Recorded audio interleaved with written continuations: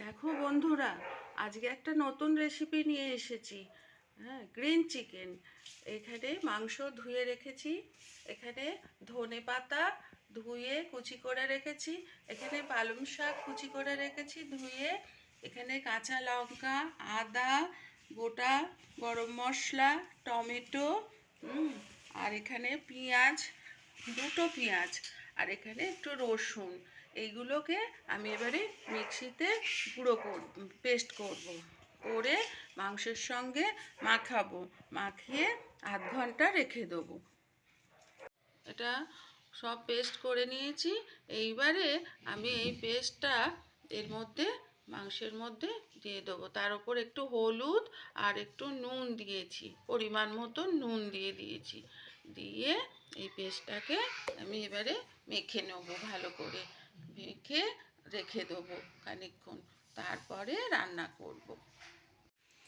এটা মাখিয়ে 1 ঘন্টা রেখে দিয়েছিলাম, তারপরে আবার এসেছি। এবারে কড়াইয়ে তেল দিয়েছি, এতে বেশি তেল লাগে না, অল্প তেল দিতে হয়, দিলেই হবে। আর একটু গোটা গরম মশলা দিয়ে দিলাম।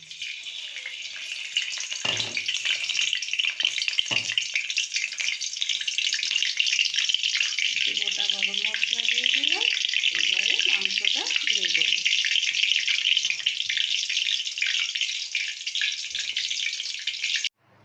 এই মাখানো মাংসটা দিয়ে দিলাম। এইবারে এই যে বাটিটায় রেখেছিলাম সেইটা ধুয়ে অল্প একটু জল দিয়ে দিলাম, আর এতে জল দিতে লাগবে না। এইবারে এইটা মাখিয়ে চাপা দিয়ে আর রেখে দেবো। এটা গ্যাস কমিয়ে দেবো, না হলে গায়ে ছিটে লাগবে। দিয়ে এটা একটু বেশিক্ষণ সময়ও লাগবে না, অল্প একটু সময়ের মধ্যেই মাংসটা হয়ে যাবে। এই দেখো বন্ধুরা, আমার এটা গ্রিন চিকেন হয়ে গেছে। হ্যাঁ, দেখো জলটা একদম শুকিয়ে গেছে, দেখেছো কি সুন্দর দেখতে হয়েছে। এইবারে আমি একটু গরম মশলার গুঁড়ো উপর থেকে ছড়িয়ে দেব, দিয়ে এটাকে মাখিয়ে নেব, তাহলেই আমার হয়ে যাবে গ্রিন চিকেন। এই দেখো, আমার গ্রিন চিকেন হয়ে গেছে, আমি গামলায় ঢেলে নিয়েছি। তোমরাও বাড়িতে করো, রুটি, পরোটা, ভাত সবের সঙ্গে খেতে খুব ভালো লাগবে।